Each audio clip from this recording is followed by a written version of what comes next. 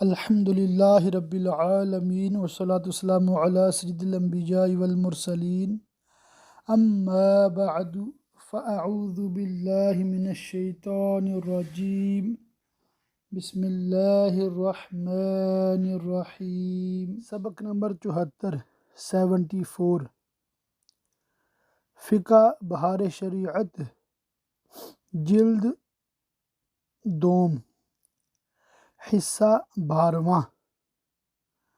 آج انشاءاللہ تعالی اس کا سیکنڈ ہاف مکمل کرنے کی کوشش کروں گا۔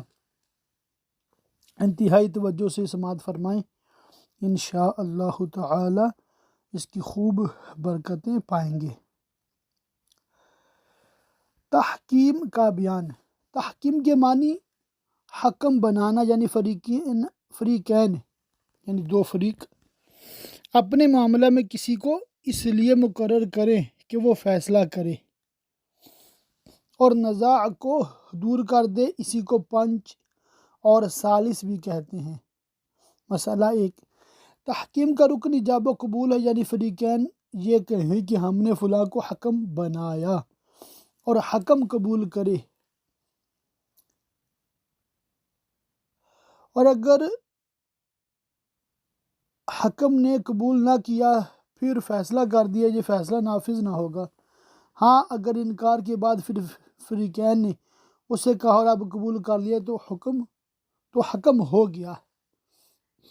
حکم کا فیصلہ یعنی ثالث کا فیصلہ یا جرگہ کا فیصلہ فریقین کے حق میں ویسا ہی ہے جیسا کہ قاضی کا فیصلہ۔ فرق یہ ہے کہ قاضی کے لیے چونکہ ولایت، سرپرستی، سربراہی عامہ ہے، سب کے حق میں اس کا فیصلہ ناطق یعنی لازم ہے، اور حکم کا فیصلہ علاوہ فریقین کے اور اس شخص کے جو اس کے فیصلہ پر راضی ہے، دوسروں سے تعلق نہیں رکھتا، دوسروں کے لیے بمنزلہ مصلح کی ہے، صلح کروانے والے کی طرح، گویا طرفین میں صلح کرا دی۔ مدعی اور مدعا علیہ ان کو طرفین کہتے ہیں۔ اس کے لیے چند شرائط ہیں۔ فریقین کا عاقل ہونا شرط ہے، حریت اسلام شرط نہیں۔ حریت یعنی آزاد ہونا اور اسلام یعنی مسلمان ہونا، یعنی غلام اور کافر کو بھی کسی کا حکم بنا سکتے ہیں۔ حکم کے لیے ضروری ہے کہ وقت تحکیم و وقت فیصلہ وہ اہل شہادت سے ہو، گواہی دینے کا اہل ہو۔ فرض کرو جس وقت اس کو حکم بنایا اہل شہادت سے نہ تھا، مثلا غلام تھا، اور وقت فیصلہ آزاد ہو چکا ہے، اس کا فیصلہ درست نہیں۔ یا مسلمانوں نے کافر کو حکم بنایا اور وہ فیصلہ کے وقت مسلمان ہو چکا ہے، اس کا فیصلہ نافذ نہیں۔ ذمیوں نے ذمی کو حکم بنایا، یہ تحکیم صحیح ہے اگر حکم فیصلہ کے وقت مسلمان ہو گیا، جب بھی فیصلہ صحیح ہے، اور اگر فریقین میں سے کوئی مسلمان ہو گیا اور حکم کافر ہے تو فیصلہ صحیح نہیں۔ تو اس عنوان میں ہم نے مین اور بنیادی چیز یہی سیکھی کہ اس طرح کسی سے فیصلہ کروانا اور کرنا اسلامی لحاظ سے یہ جائز ہے، جبکہ وہ جو فیصلہ کرنے والے ہیں وہ شریعت کا پاس رکھیں۔ متفرق مسائل ہیں، یہ میں اس لیے نہیں پڑھ رہا کہ یہ ہر ملک میں اپنے یعنی کہ عرف اور قوانین کے تحت اس کے احکام بہت زیادہ مختلف ہیں ہر ایک کے لیے۔ تو اس حوالے سے آپ اپنے قریبی سنی حنفی بریلوی مفتی صاحب سے مزید رہنمائی لے سکتے ہیں۔ آگے ایک عنوان شروع ہو رہا ہے، گواہی کا بیان۔ یہ اکثر مطلب ہوتا ہے، سننے میں آتا ہے، مشاہدے میں آتا ہے کہ لوگ کورٹ جاتے ہیں، گواہیاں دیتے ہیں۔ تو اس کے حوالے سے اسلام کیا کہتا ہے یہ بھی جاننا بے حد ضروری ہے۔ مسائل فقہیہ میں لکھا ہے مسئلہ 1، کسی حق کے ثابت کرنے کے لیے مجلس قاضی میں لفظ شہادت کے ساتھ سچی خبر دینے کو شہادت یا گواہی کہتے ہیں۔ مدعی یعنی دعویٰ کرنے والا، مدعی کے طلب کرنے پر گواہی دینا لازم ہے، اور اگر گواہ کو اندیشہ ہو کہ گواہی نہ دے گا تو صاحب حق کا حق تلف ہو جائے گا، یعنی حقدار کا حق ضائع ہو جائے گا، یعنی اسے معلوم ہی نہیں ہے کہ فلاں شخص معاملہ کو جانتا ہے کہ اسے گواہی کے لیے طلب کرتا، اس صورت میں بغیر طلب بھی گواہی دینا لازم ہے۔ گو کہ اس کو طلب نہیں کیا گیا، مگر چونکہ یہ جانتا ہے صورتحال تو اس لیے اس کو جانا بتانا بالکل ضروری ہے۔ مسئلہ 3، شہادت فرض کفایہ ہے، بعض نے کر لیا تو باقی لوگوں سے ساکت، اور 2 ہی شخص ہوں تو فرض عین ہے، خواہ تحمل ہو یا ادا، یعنی گواہ بنانے کے لیے بلائے گئے یا گواہی دینے کے لیے، دونوں صورتوں میں جانا ضروری ہے۔ مسئلہ 4، جس چیز کے گواہ ہوں اگر وہ مؤجل ہے، یعنی اس کے لیے کوئی میعاد ہو تو لکھ لینا چاہیے، ورنہ نہ لکھنے میں کوئی حرج نہیں۔ مسئلہ 5، شہادت کے لیے 2 قسم کی شرطیں ہیں، شرائط تحمل و شرائط ادا۔ شرائط تحمل یعنی معاملہ کے گواہ بننے کے لیے 3 شرطیں ہیں۔ نمبر 1، بوقت تحمل عاقل ہونا، نمبر 2، انکھیارہ ہونا، نمبر 3، جس چیز کا گواہ بنے اس کا مشاہدہ کرنا، لہذا مجنون یا لا یعقل بچہ یا اندھے کی گواہی درست نہیں۔ مسئلہ نمبر 6، شرائط ادا یہ ہیں، گواہ کا عاقل ہونا، بالغ ہونا، آزاد ہونا، انکھیارہ ہونا، ناطق ہونا، محدود فی القذف نہ ہونا، یعنی اسے تہمت کی حد نہ ماری گئی ہو، گواہی دینے میں گواہ کا نفع یا دفع ضرر مقصود نہ ہونا، جس چیز کی شہادت دیتا ہو اس کو جانتا ہو اس وقت بھی اسے یاد ہو، گواہ کا فریق مقدمہ نہ ہونا، جس کے خلاف شہادت دیتا ہے وہ مسلمان ہو تو گواہ کا مسلمان ہونا، حدود و قصاص میں گواہ کا مرد ہونا، حقوق العباد میں جس چیز کی گواہی دیتا ہے اس کا پہلے سے دعویٰ ہونا، شہادت کا دعوے کے موافق ہونا۔ مسئلہ 7، شہادت کا رکن یہ ہے کہ بوقت ادا گواہ یہ لفظ کہے کہ میں گواہی دیتا ہوں۔ اس لفظ کا یہ مطلب ہے کہ میں خدا کی قسم کھا کر کہتا ہوں کہ میں اس بات پر مطلع ہوا اور اب اس کی خبر دیتا ہوں۔ اگر گواہی میں یہ لفظ کہہ دیا کہ میرے علم میں یہ ہے یا میرا گمان یہ ہے تو گواہی مقبول نہیں۔ آج کل انگریزی کی کچہریوں میں ان الفاظ سے گواہی دی جاتی ہے، میں خدا کو حاضر ناظر جان کر کہتا ہوں، یہ شرع کے خلاف ہے کہ اللہ تعالیٰ کے شایان شان یہ لفظ نہیں ہے حاضر ناظر، اس سے علماء نے منع کیا ہے۔ نمبر 8، شہادت کا حکم یہ ہے کہ گواہوں کا جب تزکیہ ہو جائے، تزکیہ مطلب یعنی جب قاضی گواہوں کے متعلق یہ تحقیق کر لے کہ وہ عادل اور معتبر ہیں یا نہیں، اس کے موافق حکم کرنا واجب ہے، اور جب تمام شرائط پائے گئے اور قاضی نے گواہی کے موافق فیصلہ نہ کیا گناہ گار ہوا اور مستحق عزل و تعزیر ہے، یعنی وہ قاضی اس بات کا مستحق ہے کہ اس کو معزول کر کے تادیباً سزا دی جائے۔ پھر ادائے شہادت واجب ہونے کے لیے چند شرائط ہیں۔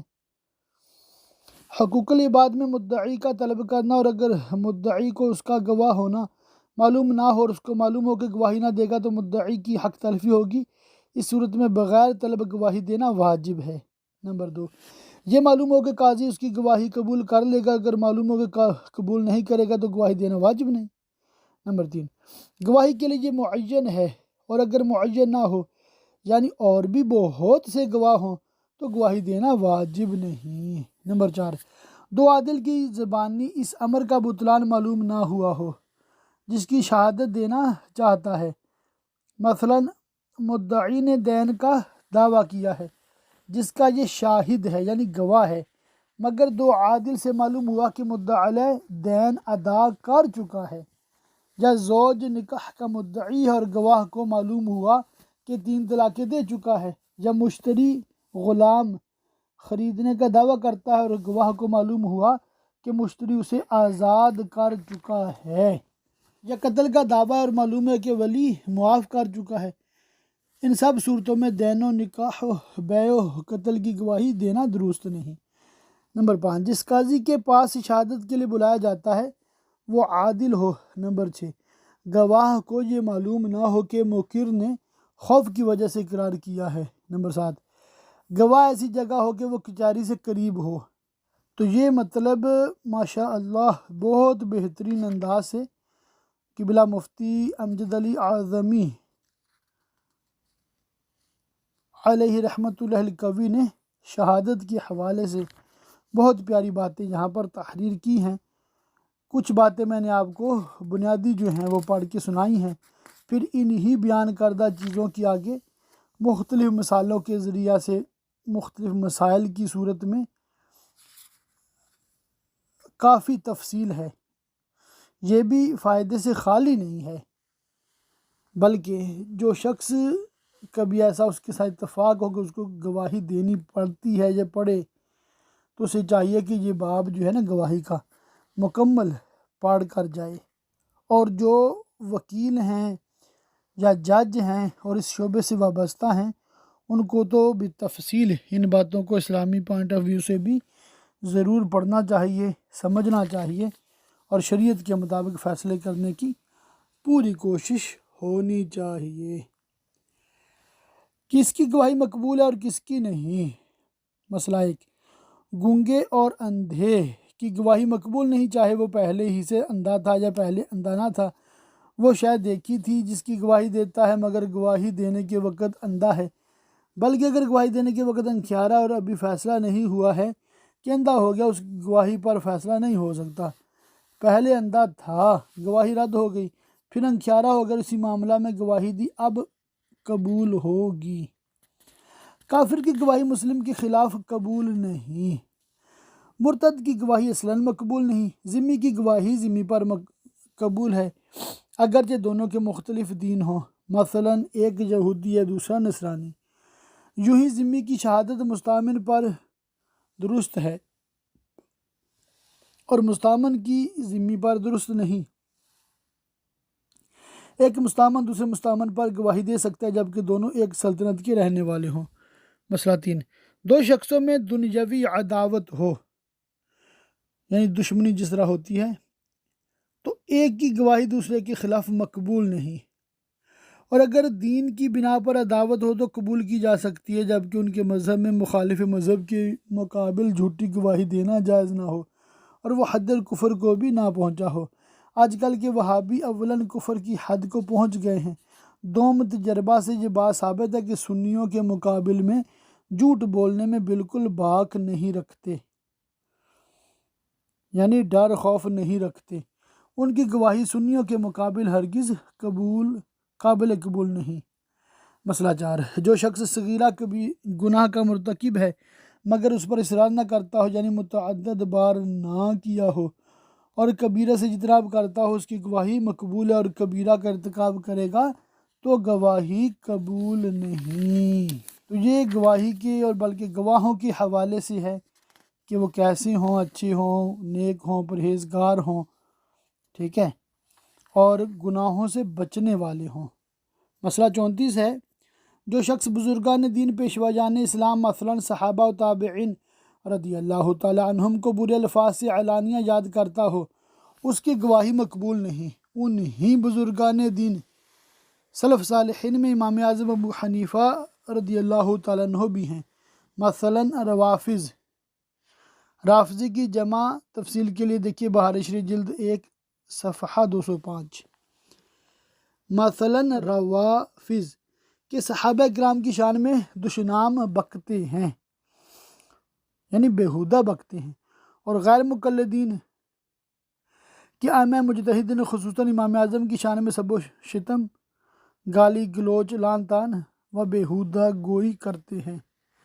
مسئلہ 35، جو شخص حقیر و ذلیل افعال کرتا اس کی شہادت مقبول نہیں، جیسے راستہ پر پیشاب کرنا، راستہ پر کوئی چیز کھانا، بازار میں لوگوں کے سامنے کھانا، صرف پاجامہ یا تہبند پہن کر بغیر کرتا پہنے، یا بغیر چادر اوڑھے گزر کا عام پر چلنا، لوگوں کے سامنے پاؤں دراز کر کے بیٹھنا، ننگے سر ہو جانا جہاں اس کو خفیف و بے ادبی و قلت حیات تصور کیا جاتا ہو۔ تو اسلام نے گواہ کے حوالے سے بھی مطلب کافی احکام رکھے ہیں تاکہ کسی کی گواہی کی بنا پر جو فیصلہ ہو وہ بالکل درست فیصلہ ہو، اور کہیں ایسا نہ ہو کہ غلط بندے سے گواہی لے کر کسی کا مال ضائع کر دیا جائے، بلکہ کسی کو مجرم و قاتل قرار دے کر پھانسی لگا دی جائے یا کسی کا ہاتھ کاٹ دیا جائے۔ تو یہ چونکہ بہت اہم اور بہت حساس کام ہے، اس کے لیے گواہ میں مطلب ساری شرائط کا پایا جانا بے حد ناگزیر ہے۔ شہادت میں اختلاف کا بیان ہے۔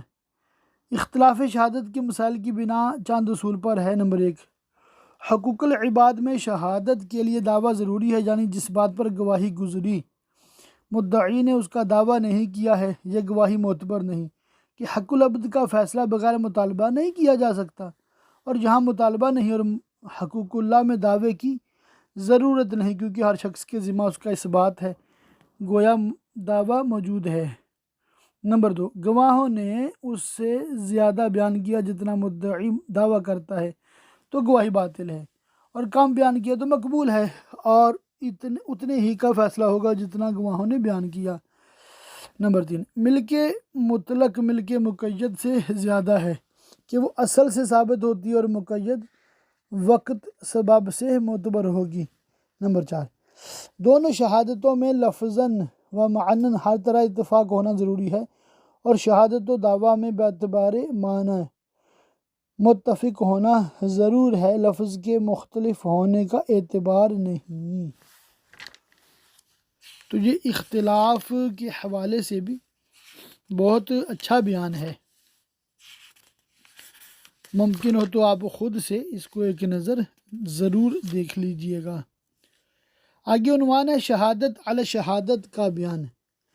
کبھی ایسا ہوتا ہے کہ جو شخص اصل واقعہ کا شاہد ہے اور کسی وجہ سے اس کی گواہی نہیں ہو سکتی، مثلاً وہ سخت بیمار ہے کہ کچہری نہیں جا سکتا یا سفر میں گیا ہے، ایسی صورت میں یہ ہو سکتا ہے کہ اپنی جگہ دوسرے کو کر دے اور یہ دوسرا جا کر گواہی دے گا، اس کو شہادت علی شہادت کہتے ہیں۔ جملہ حقوق میں شہادت علی شہادت جائز ہے، مگر حدود و قصاص میں جائز نہیں، یعنی اس کے ذریعہ سے ثبوت ہونے پر حد اور قصاص نہیں جاری کریں گے۔ نمبر 2، جو شخص واقعہ کا گواہ ہے وہ دوسرے کو مطلقاً گواہ بنا سکتا ہے، یعنی اسے عذر ہو یا نہ ہو گواہ بنانے میں مذائقہ نہیں، یعنی حرج نہیں، مگر اس کی گواہی قبول اس وقت کی جائے گی جب اصل گواہ شہادت دینے سے معذور ہو۔ اس کی چند صورتیں ہیں: اصل گواہ مر گیا، یا ایسا بیمار ہے کہ کچہری حاضر نہیں ہو سکتا، یا سفر میں گیا ہے، یا اتنی دور پر ہے کہ مکان سے آئے اور گواہی دے کر رات تک گھر پہنچ جانا چاہے تو نہ پہنچے، یہ بھی اصلی گواہ کے عذر کے لیے کافی ہے۔ یا پردہ نشین عورت ہے کہ ایسی جگہ جانے کی اس کی عادت نہیں جہاں اجانب سے اختلاط ہو، غیر محرم لوگوں سے میل ملاپ ہو، اور اگر وہ اپنی ضرورت کے لیے کبھی کبھی نکلتی ہو یا غسل کے لیے حمام میں جاتی ہو، جب بھی پردہ نشینی کہلائے گی، الغرض جب اصلی گواہ معذور ہو اس وقت وہ شخص گواہی دے سکتا ہے جس کو اس نے اپنا قائم مقام کیا ہے، اگرچہ قائم مقام کرنے کے وقت معذور نہ ہو۔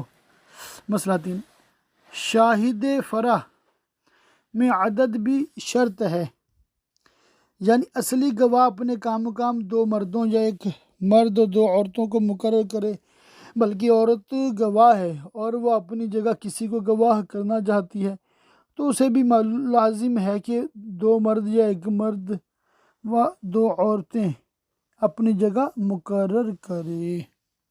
آگے عنوان ہے گواہی سے رجوع کرنے کا بیان۔ گواہی سے رجوع کرنے کا مطلب یہ ہے کہ وہ خود کہے کہ میں نے اپنی شہادت سے رجوع کیا جائے، اس کی مثل دوسرے الفاظ کے ہے۔ اور اگر گواہی سے انکار کرتا ہے، کہتا ہے میں نے گواہی دی ہی نہیں، تو اس کو رجوع نہیں کہیں گے۔ مسئلہ ایک، اگر فیصلہ سے قبل رجوع کیا ہے تو قاضی اس کی گواہی پر فیصلہ ہی نہیں کرے گا، کیونکہ اس کے دونوں قول متناقض ہیں۔ کیا معلوم کون سا قول سچا ہے؟ اور اس صورت میں گواہ پر تاوان واجب نہیں کہ اس نے کسی کو نقصان نہیں پہنچایا ہے جس کا تاوان دے۔ مسئلہ دو، اگر فیصلہ کے بعد رجوع کیا تو جو فیصلہ ہو چکا وہ توڑا نہیں جائے گا، بخلاف اس صورت کے کہ گواہ کا غلام ہونا یا محدود فی القذف ہونا ثابت ہو جائے کہ یہ فیصلہ ہی صحیح نہیں ہوا، اور اس صورت میں مدعی نے جو کچھ لیا ہے واپس کرے، اور اس صورت میں گواہوں پر تاوان نہیں کہ یہ غلطی قاضی کی ہے، کیونکہ ایسے لوگوں کی شہادت پر فیصلہ کیا جو قابل شہادت نہ تھے۔ رجوع کے لیے شرط یہ ہے کہ مجلس قاضی میں رجوع کرے، خواہ اسی قاضی کی کچہری میں رجوع کرے جس کے یہاں شہادت دی ہے یا دوسرے قاضی کے یہاں۔ لہذا اگر مدعی علیہ جس کے خلاف اس نے گواہی دی یہ دعویٰ کرتا ہے کہ گواہ نے غیر قاضی کے پاس رجوع کیا اور اس پر گواہ پیش کرنا چاہتا ہے، یا اس گواہ رجوع کرنے والے پر حلف دینا چاہتا ہے، یہ قبول نہیں کیا جائے گا کہ اس کا دعویٰ ہی غلط ہے۔ ہاں اگر یہ دعویٰ کرتا ہے کہ اس نے کسی قاضی کے پاس رجوع کیا ہے یا رجوع کا اقرار غیر قاضی کے پاس کیا ہے اور وہ کہتا ہے مجھے تاوان دلایا جائے کیونکہ اس کی غلط گواہی سے میرے خلاف فیصلہ ہوا ہے، اور رجوع یا اقرار رجوع پر گواہ پیش کرنا چاہتا ہے تو گواہ لیے جائیں گے۔ فیصلہ کے بعد گواہوں نے رجوع کیا تو جس کے خلاف فیصلہ ہوا ہے گواہ اس کو تاوان دیں کہ اس کا جو کچھ نقصان ہوا ان گواہوں کی بدولت ہوا، مدعی سے وہ چیز نہیں لی جا سکتی کہ اس کے موافق فیصلہ ہو چکا، ان کے رجوع کرنے سے اس پر اثر نہیں پڑتا۔ تو یہ بھی بعض اوقات ہوتا ہے کہ بندہ پہلے کسی کے پریشر میں گواہی کے لیے تیار ہو جاتا ہے اور بعد میں ڈگمگا جاتا ہے، یا ایسے ہوتا ہے کہ گواہ نے جب اعلان کیا کہ میں فلاں کے خلاف گواہی دوں گا تو دوسرے لوگ جن کے خلاف اس نے گواہی کورٹ میں دینی ہے، عدالت میں دینی ہے، وہ اس کو ڈراتے ہیں، دمکاتے ہیں تو وہ باز آ جاتا ہے۔ تو مختلف وجوہات بن سکتی ہیں۔ آگے عنوان ہے وکالت کا بیان ہے۔ یہاں لکھا ہے کہ انسان کو اللہ تعالیٰ نے مختلف طباع عطا کیے ہیں، کوئی قوی ہے اور کوئی کمزور، بعض کم سمجھ اور بعض عقل مند۔ ہر شخص میں خود ہی اپنے معاملات کو انجام دینے کی قابلیت نہیں، نہ ہر شخص اپنے ہاتھ سے اپنے سب کام کرنے کے لیے تیار۔ لہٰذا انسانی حاجت کا یہ تقاضا ہوا کہ وہ دوسروں سے اپنا کام کرائے۔ قرآن مجید نے بھی اس کے جواز کی طرف اشارہ کیا۔ اللہ تعالیٰ نے صحابہ کہف کا قول ذکر فرمایا۔ ترجمہ، اپنے میں سے کسی کو یہ چاندی دے کر شہر میں بھیجو، وہاں سے حلال کھانا دے کر تمہارے پاس لائے۔ حدیث پاک، خود حضور اقدس صلی اللہ تعالیٰ علیہ وسلم نے بعض امور میں لوگوں کو وکیل بنایا۔ حکیم بن حزام رضی اللہ تعالیٰ عنہ کو قربانی کا جانور خریدنے کے لیے وکیل کیا، اور بعض صحابہ کو نکاح کا وکیل کیا، وغیرہ وغیرہ۔ اور وکالت کے جواز پر اجماع امت بھی منعقد، لہذا کتاب و سنت و اجماع سے اس کا جواز ثابت ہے۔ وکالت کی یہ معنی ہے کہ جو تصرف خود کرتا اس میں دوسرے کو اپنے قائم مقام کر دینا۔ مسئلہ ایک، یہ کہہ دیا کہ میں نے تجھے فلاں کام کرنے کا وکیل کیا، یا میں یہ چاہتا ہوں کہ تم میری یہ چیز بیچ دو، یا میری خوشی یہ ہے کہ تم یہ کام کر دو، یہ سب صورتیں توکیل کی ہیں، یعنی وکیل بنانے کی ہیں۔ وکیل کا قبول کرنا صحت وکالت کے لیے ضروری نہیں، یعنی اس نے وکیل بنایا اور وکیل نے کچھ نہیں کہا، یہ بھی نہیں کہ میں نے قبول کیا اور اس کام کو کر دیا تو موکل پر لازم ہوگا۔ ہاں اگر وکیل نے رد کر دیا تو وکالت نہیں ہوئی۔ فرض کرو ایک شخص نے کہا تھا کہ میری یہ چیز بیچ دو، اس نے انکار کر دیا، جب اس کے بعد پھر بے کر دی تو یہ بے موکل پر لازم نہ ہوئی کہ جو اس کا وکیل نہیں بلکہ فضولی ہے۔ اچھا، وکیل اور فضولی کا فرق سمجھ لیں۔ وکیل تو ہوتا نا، مثال ایک شخص نے دوسرے کو کہا کہ میں آپ کو وکیل بناتا ہوں، میرا نکاح فلاں کے ساتھ کر دیجئے۔ اور فضولی یہ ہوتا ہے جسے ہم کہتے ہیں نا خواہ مخواہ، ٹھیک ہے، تو اس کو وکیل نہیں بنایا بلکہ اس نے اپنی طرف سے اس کا نکاح کسی کے ساتھ کر دیا، اور اب اس کو خبر دی کہ میں نے تو آپ کا نکاح دو گواہوں کے سامنے مطلب کر دیا ہے، تو اس نے کہا جی مجھے قبول ہے۔ تو یہ تھا فضولی، یعنی اس کو وکیل نے بنایا تھا، فضولی تھا۔ اب اس نے جب اس کو قبول کر لیا تو یہ ٹھیک ہو گیا معاملہ۔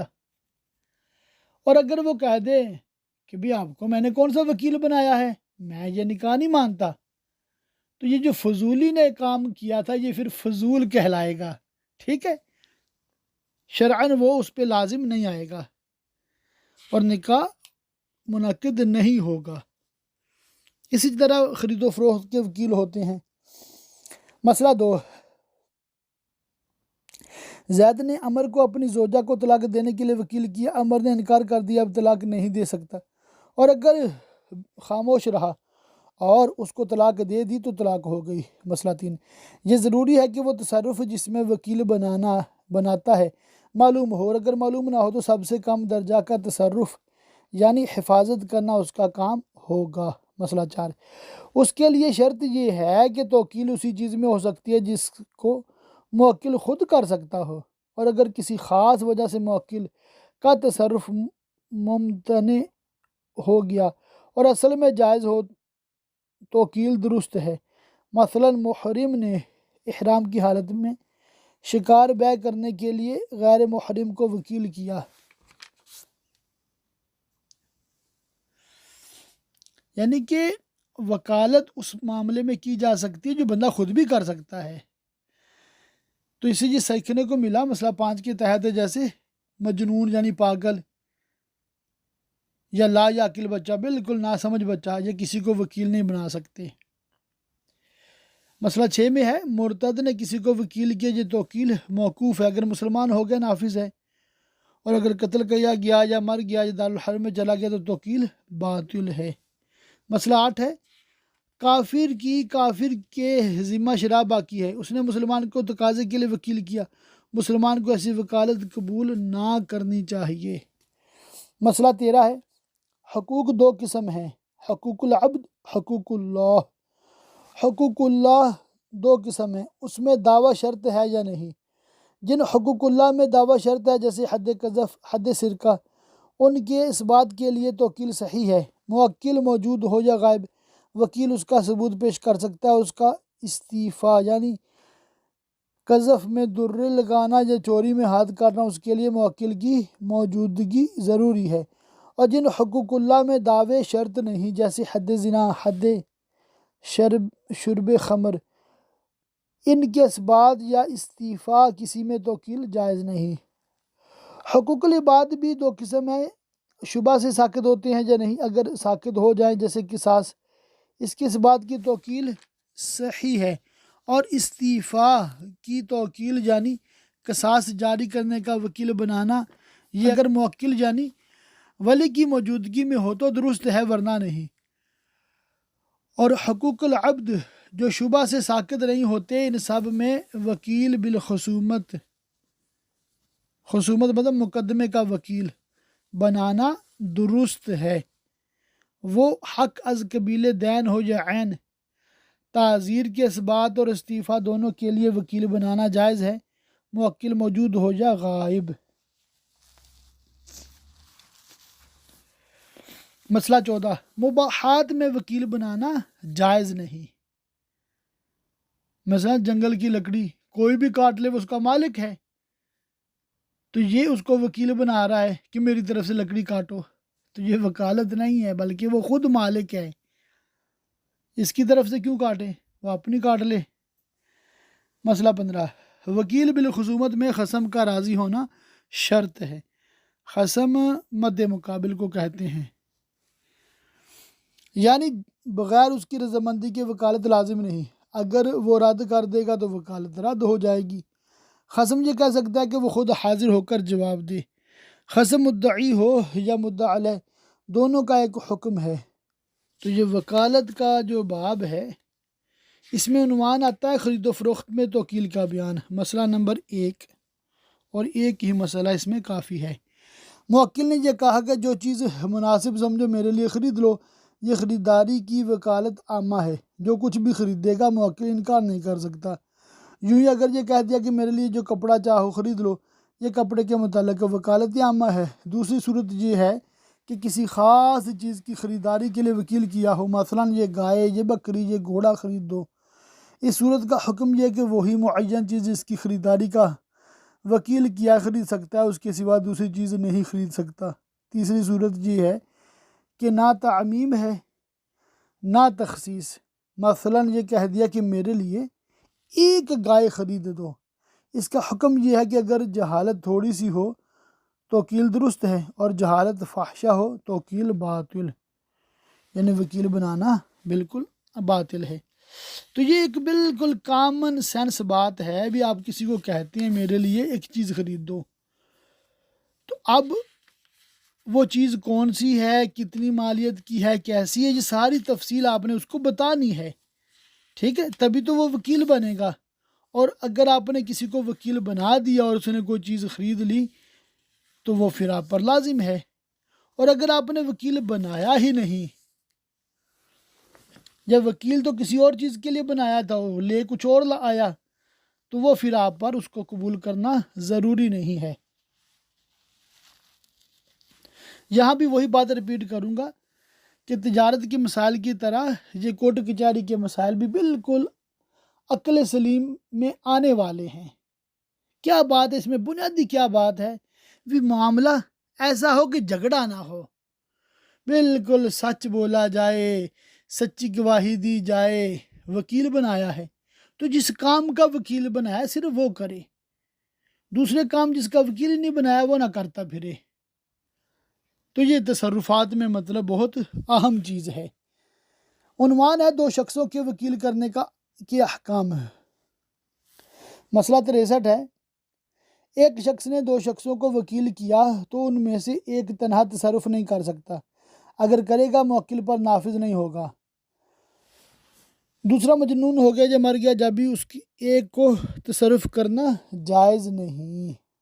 مسئلہ نمبر 64، 2 شخصوں کو مقدمہ کی پیروی کے لیے وکیل کیا تو بوقت پیروی دونوں کا مجتمع ہونا ضروری نہیں، تنہا ایک بھی پیروی کر سکتا ہے بشرطے کہ امور مقدمہ میں دونوں کی رائے مجتمع ہو۔ مسئلہ 65، زوجہ کو بغیر مال کے طلاق دینے کے لیے یا غلام کو بغیر مال آزاد کرنے کے لیے 2 شخصوں کو وکیل کیا، ان میں تنہا ایک شخص طلاق دے سکتا ہے، آزاد کر سکتا ہے، یہاں تک کہ ایک نے طلاق دے دی دوسرا انکار کرتا ہے جب بھی طلاق ہو گئی۔ یوں ہی کسی کی امانت واپس کرنے کے لیے یا عاریت پھیرنے کے لیے، پھیرنے سے مراد ہے عارضی طور پر لی ہوئی چیز واپس کرنے کے لیے، یا غصب کی ہوئی چیز یعنی ناجائز قبضہ کی ہوئی چیز دینے کے لیے، یا بے فاسد میں رد کرنے کے لیے 2 وکیل کیے، تنہا ایک شخص بغیر مشارکت دوسرے کے یہ سب کام کر سکتا ہے۔ زوجہ کو طلاق دینے کے لیے 2 شخصوں کو وکیل کیا اور یہ کہہ دیا کہ تنہا ایک شخص طلاق نہ دے بلکہ دونوں جمع ہو کر متفق ہو کر طلاق دیں، اور ایک نے طلاق دے دی دوسرے نے نہیں دی، یا ایک نے طلاق دی دوسرے نے اسے جائز کیا، طلاق نہ ہوئی۔ اور اگر یہ کہا کہ تم دونوں مجتمع ہو کر اسے 3 طلاقیں دے دینا، ایک نے 1 طلاق دی دوسرے نے 2 طلاقیں دی، ایک بھی نہیں ہوئی جب تک مجتمع ہو کر دونوں 3 طلاقیں نہ دیں۔ یوں ہی 2 شخصوں سے کہا میری عورتوں میں سے ایک کو تم دونوں طلاق دے دو، اور عورت کو معین نہ کیا تو تنہا ایک شخص طلاق نہیں دے سکتا۔ وکیل کام کرنے پر کہاں مجبور ہے کہاں نہیں۔ ایک شخص کو وکیل کیا ہے کہ وہ اپنے مال سے یا موکل کے مال سے دین ادا کر دے، اس کو دین ادا کرنے پر مجبور نہیں کیا جا سکتا، مگر جب کہ وکیل کے ذمہ خود موکل کا دین ہے اور موکل نے اس سے دوسرے کا دین جو موکل پر ہے ادا کرنے کو کہا، اسی کی خصوصیت نہیں بلکہ کسی جگہ بھی وکیل اس کام پر مجبور نہیں کیا جا سکتا جس کے لیے وکیل کیا ہوا ہے۔ وکیل دوسرے کو وکیل بنا سکتا ہے یا نہیں؟ وکیل جس چیز کے بارے میں وکیل ہے بغیر اجازت موکل اس میں دوسرے کو وکیل نہیں کر سکتا۔ مثلا زید نے عمر سے ایک چیز خریدنے کو کہا، عمر بکر سے کہہ دے کہ تو خرید کر لا، یہ نہیں ہو سکتا۔ یعنی وکیل الوکیل جو کچھ کرے گا وہ موکل پر نافذ نہیں ہوگا۔ وکالت عامہ اور خاصہ، مسئلہ 83 ہے۔ وکالت کبھی خاص ہوتی ہے کہ ایک مخصوص کام مثلا خریدنے یا بیچنے یا نکاح یا طلاق کے لیے وکیل کیا، اور کبھی عام ہوتی ہے کہ ہر قسم کے کام وکیل کو سپرد کر دیتے ہیں جس کو مختار عام کہتے ہیں۔ مثلا کہہ دیا کہ میں نے تجھے ہر کام میں وکیل کیا، اس صورت میں وکیل کو تمام معاوضات، خریدنا بیچنا، اجارہ دینا لینا، سب کام کا اختیار حاصل ہوتا ہے، مگر بیوی کو طلاق دینا، غلام کو آزاد کرنا یا دوسرے تبرعات یعنی کسی کو اس کی چیز ہبہ کر دینا، اس کی جائیداد کو وقف کر دینا، اس قسم کے کاموں کا وکیل کو اختیار نہیں ہوتا۔